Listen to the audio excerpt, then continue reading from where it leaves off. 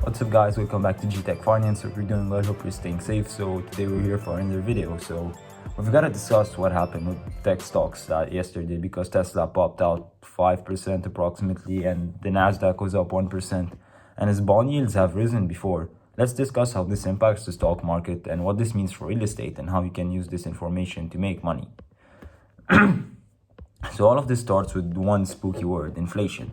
So remember when you sit with your grandparents and how they tell you that a house that now costs 250 grand would be bought before for like 40 grand? It's generally thought that the more money gets printed into the economy, the more we devalue the existing circulation of currency, and the more it costs to buy the same thing. But over the last 40 years or so, something interesting has happened in the American economy. The rate of inflation has consistently been going down since the early 1980s. And now inflation has struggled to even reach 2%, with the meme of Jerome Powell using the money printing machine and going on and on and on with printing the money. And that has caused investors to worry that there will be inflation, and very high inflation in this case, more than usual. And that's caused by trillions of dollars poured into the economy that hasn't been yet spent. So the velocity of money is still low.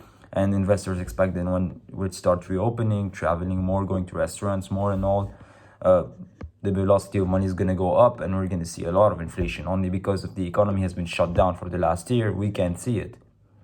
So when investors don't buy the treasury bonds, which are known as the bonds that the Federal Reserve gives us, the interest rate they pay has to go up to an amount where people feel comfortable buying them. Thing is, when people don't buy a lot of bonds, the rates go up, and when the rates go up, corporate debt costs more to maintain, and that eats away at profit margins, and stock prices begin going down.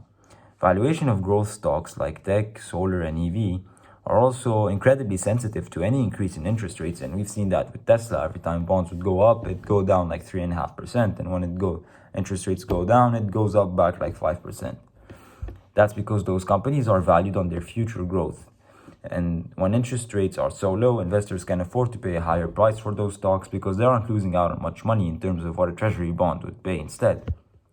But when rates go up, treasuries start looking a lot juicier in comparison, because it's safer money and with higher interest, so more money, more safe money.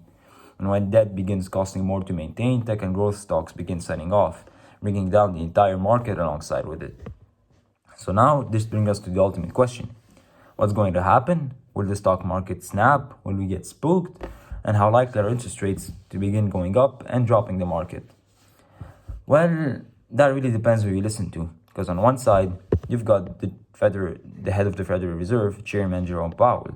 So Jerome Powell has gone on record multiple times to say that he has no intention of raising short-term interest rates, that the Feds are going to keep them at an all-time low of 0%. And he said that we should expect to see an initial spike of inflation as people finally go and travel and velocity of money goes up. And if they are restaurants or otherwise, they just get it out of their system. But long term, inflation won't be a concern, not to worry, and nothing to panic about. But investors don't believe this, and they think there is going to be more inflation much faster than the Federal Reserve thinks. And that's going to force them to raise interest rates quicker than they're telling us. But whether or not that's actually the case is yet to be seen, since inflation data comes out monthly. It's likely going to take us some time to see what really happens once the economy fully reopens. My thinking is that short term, yes, we will most likely see higher inflation, we'll see some spikes, higher interest rates, and that will have an impact on the value of the stock market and real estate. However, once the true inflation data comes more consistent throughout the year, and I think we'll return back to normal and continue along as usual. It's only scary right now because it's unknown and uncertain, and these are two things that the stock market probably hate the most. But you have no way of truly figuring out how much inflation there will be, how high interest rates will go, and how much the stock market will drop. Only time will tell. The truth is, interest rates are still historically low.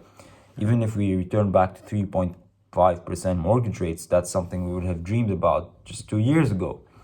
And we've got too accustomed to so much free money, basically with the stimulus and all, and that it distorted our view of what's normal. And actually what we forgot is that this isn't normal. Our normal was way different. So again, Jerome Powell said that long term, he says inflation, there's nothing to be concerned about. He also warns that we'll soon start to see higher than normal inflation over the next few months. And that's only because of how the metrics of inflation are calculated. So it's currently analyzed on a year-over-year basis we track the price of an index of a year prior and then compare it to today. But since March and April of 2020 saw a temporary anomaly of low inflation due to the shutdown, when we measure again exactly 1 year later, it's going to look much higher than it really is. So what he's really telling is us not to panic that everything is fine, but investors don't believe this. And they think we're going to see much more inflation, much faster than what the Fed anticipates.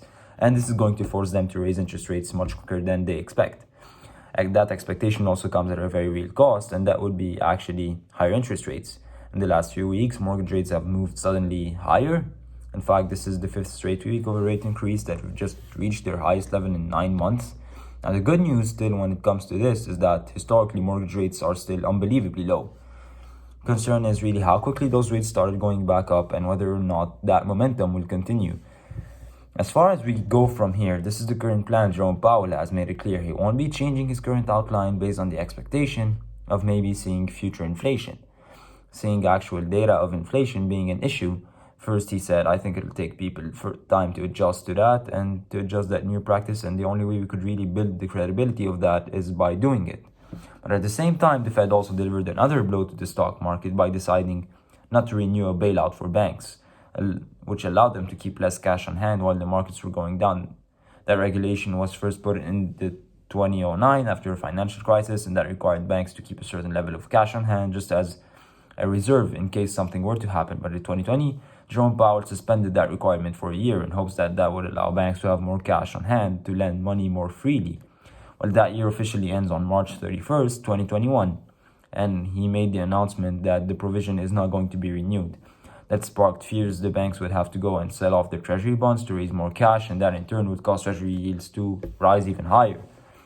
And we know that they went from 1.6% approximately to 2.5% now in the span of a few months, which is a whole lot. There's no factual data whatsoever. Just give this a week and everyone will have forgotten this. And I really believe this regulatory requirements is going to make no difference whatsoever in terms of interest rates. Though, yes, I do think this is something worth keeping an eye on. It's probably going to be the next hot topic for the coming few months. The biggest concern here for investors is so much that interest rates are going up, because let's be real, we all expected them to go up at some time. But instead, the worry is how quickly they're going up, and that might shock the entire market before it has a chance to properly price it in. So when it comes to this, even if you have no idea what's going on, you're just listening to this video in the background, you will sort through the kitchen, try to figure out what to eat. This is everything you need to know. So big investors think that we're going to see more inflation than expected. That's driving down the price of bonds, which drives up the yield of those bonds. And when bond yields go up, interest rates get expensive. That causes the stock market to go down. Not to mention, the faster this happens, the more media coverage it gets, which starts the cycle all over again. So I think that's it for today. If you enjoyed the video, hit the like button, subscribe to the channel if you haven't already. And folks, hope to see you guys next time.